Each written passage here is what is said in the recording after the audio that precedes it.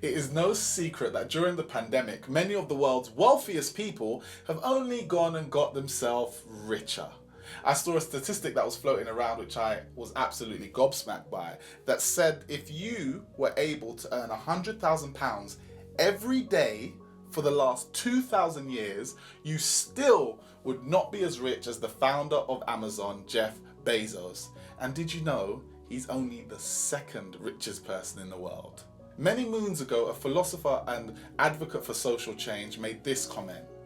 We all know how hard it is, and it's not about if you good or you bad. So since it's not about if you good or you bad, we know that because he don't mean he was bad, or don't mean he's a criminal, or don't mean he's crazy, or a drug addict, or none of that. It just means he don't got. And ain't it bad that you got 30? I mean, can you imagine somebody having $32 million? $32 million, and this person has nothing, and you can sleep? This is not a new conversation. It wasn't new then, so obviously it's not new now. This disparity between people who have so much and people who seemingly have so little is a conversation that is as old as the day is long. And so you can imagine when JC walked this earth, he had something to say about it. And don't forget, the context which he was in was slightly different. They had a different way of picturing and thinking about those who were wealthy and those who were not.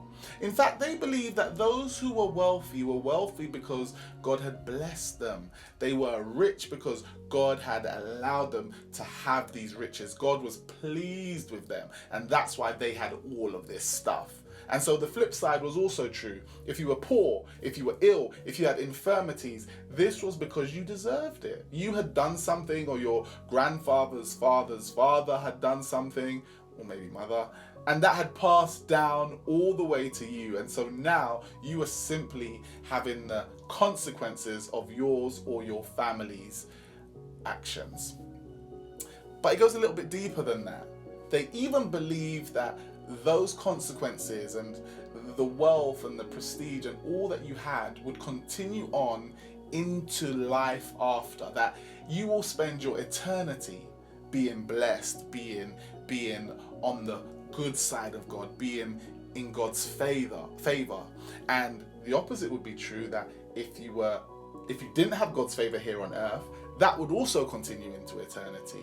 That there was this parallel between the level of comfort and the level of wealth and the level of accolades that you have here on earth and what would happen in the life hereafter. But Jesus, as always, suggests an alternative reality, and he does it by sharing this really clever illustration, this picture of what life will be like when God returns to this planet. And he paints this picture that there's God returned to this planet, sitting on his throne, judging all the nations as they sit before him, stretched out as far as the eye can see. And he begins to divide this mass of people into two groups.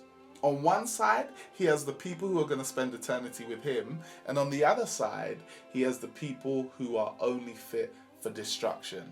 But here's what's really interesting. According to Jesus, this distinction will be made not on wealth, prestige, or any of the temporal visible signs that the people of those times would look at. Instead, he based it on something completely different. He based it on if you fed people when they were hungry. He based it on if you gave people something to drink when they needed a drink. He based it on if you visited people who were sick in hospital, if you visited people in prison, if you clothed people who needed clothes.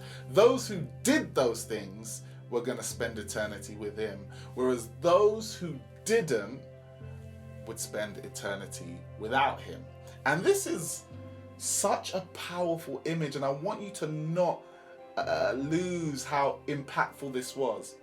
He's effectively telling a society and a community who believed that your eternity, your life hereafter, was based on how wealthy and rich you were here, that there was a parallel between the two, right? That if you're wealthy here, you'll be wealthy there, you'll be in God's favor, and if you're poor down here, that's a sign that you're out of God's favor, right? That's the context. And he comes in and says, actually, it's not based on that at all. It's based on how you took care of those who were in need. Now, in this context, in our day and age, 2021, we know, you and I know that just because someone's rich, that doesn't mean they're a good person. And it also doesn't mean they're a bad person. And likewise, we know, you and I know, just you and me here, you watching right now, yeah, you know that if someone's poor, that's not because they've upset some divine being. We know that.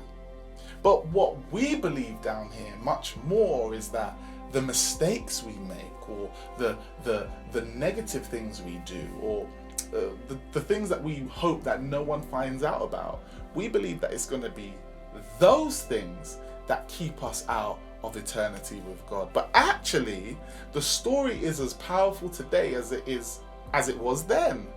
The story suggests that when God is ready to judge humanity, that judgment is based on how we treated those in need.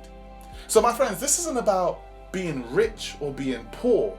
This is about how do you choose to use the resources that God has blessed you with. That is what is most important to God.